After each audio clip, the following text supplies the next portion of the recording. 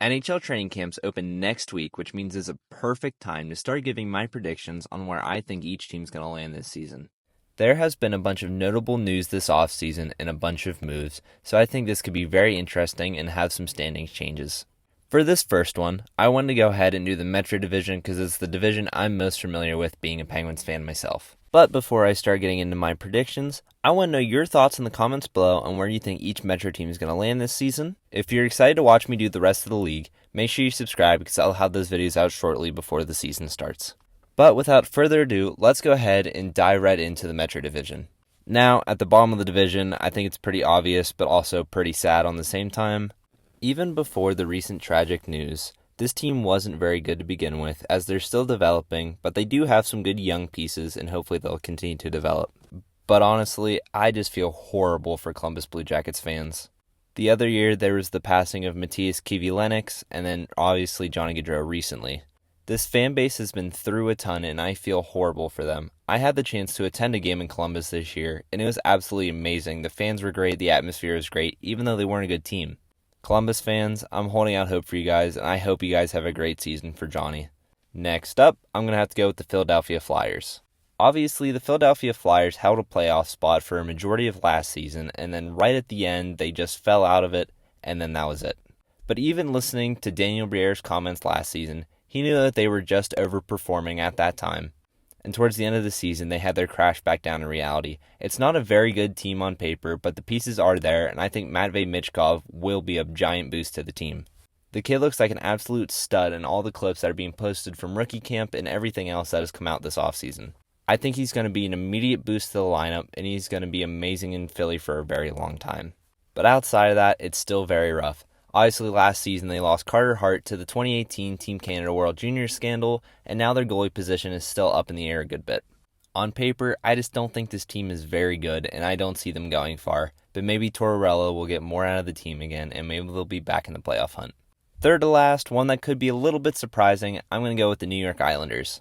Last year, the Islanders were a giant roller coaster from different parts of the season. The team wasn't very consistent for a majority of the year until they fired their head coach and brought in Patrick Waugh. Patrick Waugh came in, they got a little bit more stable, and they ended up making the playoffs. But personally, I think that was a little bit more of just a fluke. On paper, though, the team doesn't look very good. They've been stuck in mediocrity for a very long time, and I think they just need to rip it down at this point. Sure, they can sneak into the playoffs, but they're not really doing much in them, and they just need a full-blown rebuild. Either that or get someone more competent than Lou Lamoriello to go and do a big retool and get this team back to contending.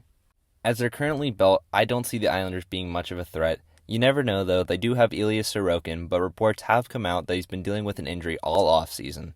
Personally, I think they're only going to go as far as their goalies will take them. Next up, at number 5, I'm going to have to go with the Washington Capitals. Maybe this is me just huffing copium a little bit, but I don't think the Washington Capitals are going to be that much better than they were last season. Sure, they made the playoffs, but they made it on a horrible goal differential. The only reason why they snuck in is because Charlie Lindgren played out of his mind.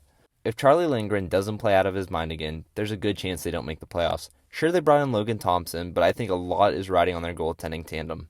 I also don't think that their defensive core is as good as what Logan Thompson is used to playing behind in Vegas. Sure, they did bring in Jacob Chikrin for very, very cheap, but I don't think overall their defensive core is great. They did have another big offseason move where they brought in Pierre-Luc Dubois, but I think that is a very big gamble. That contract can either look pretty good for them, or it can turn into the nightmare that it almost was for the LA Kings, but they got out of it after 1 year. I feel like a lot has to go right for the Washington Capitals to be in contention for the playoffs, but maybe they will, maybe they won't, but I don't see it happening. At number 4, we're going to talk about the Pittsburgh Penguins. When you look at this offseason, it would look like this team's going to a full-blown rebuild mode. Maybe they are, but whenever you look at the moves, I think this team this season will be better than the last team last season on paper. They got Kevin Hayes and a second-round pick for absolutely nothing, and the same goes for Cody Glass. Cody Glass had a very good season 2 years ago, but he was injured most of last season, so it really held him back. If he comes in and gets back to that potential that he was playing with in Nashville in his first year there, I do think that could be a very good contract and a good young piece for the Penguins. On top of that, the Penguins also went out this offseason and traded for Rutger McGroarty. He was unhappy in Winnipeg because he knew he wasn't going to get playing time in their current situation there, so he requested a trade and the Penguins actually landed him. He captained the World Juniors last year for the U.S., and he looks like an absolute stud, Personally, I think he's going to slot in next to Sidney Crosby, and I really do think he has big potential in the NHL. I think their forward core is much improved from last season. They do have a big logjam of forwards, so I wouldn't be surprised to see another trade before the season begins, but I do think their defense still could use a little help. They should have a top pairing of Erik Karlsson and Marcus Pettersson, and then the next pair can get a little up in the air, because they brought in Matt Grzelcyk this offseason as a signing, so he might take the spot of Ryan Graves and bump Ryan Graves down to the third pairing, which honestly I hope they do. Either way, it'll either be Graves or Grzelcyk with Chris Letang, and then on the third pairing, there's a little bit up in the air. For the right-handed defensive slot, I think it'll be Jack Ivany, but it also could be the other Sebastian Aho. And honestly, I'm going to throw in a little bit of a curveball here. I really don't see the Penguins keeping Tristan Jarry through the end of the season. I bet you any money they offload him some point in the season.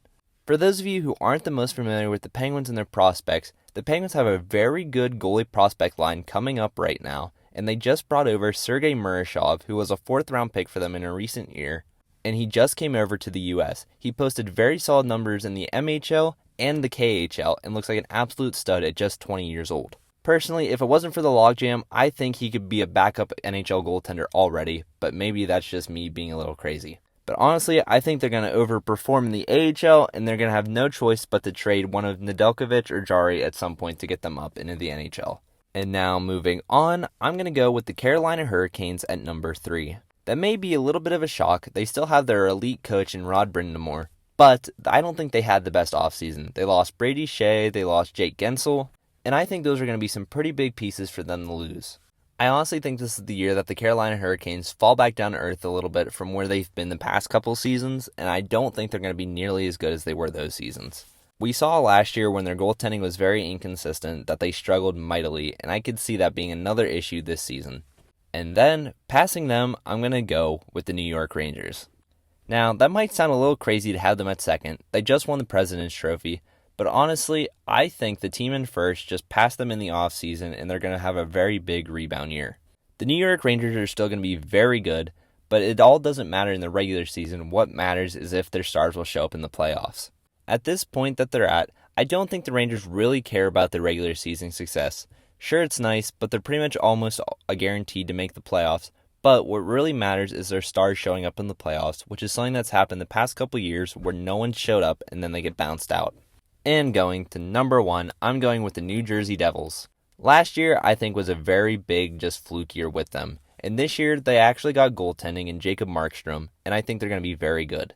Their worst position last season was their goalies, and they really made it a lot better. They have Jacob Markstrom and Jake Allen, which is a very solid tandem.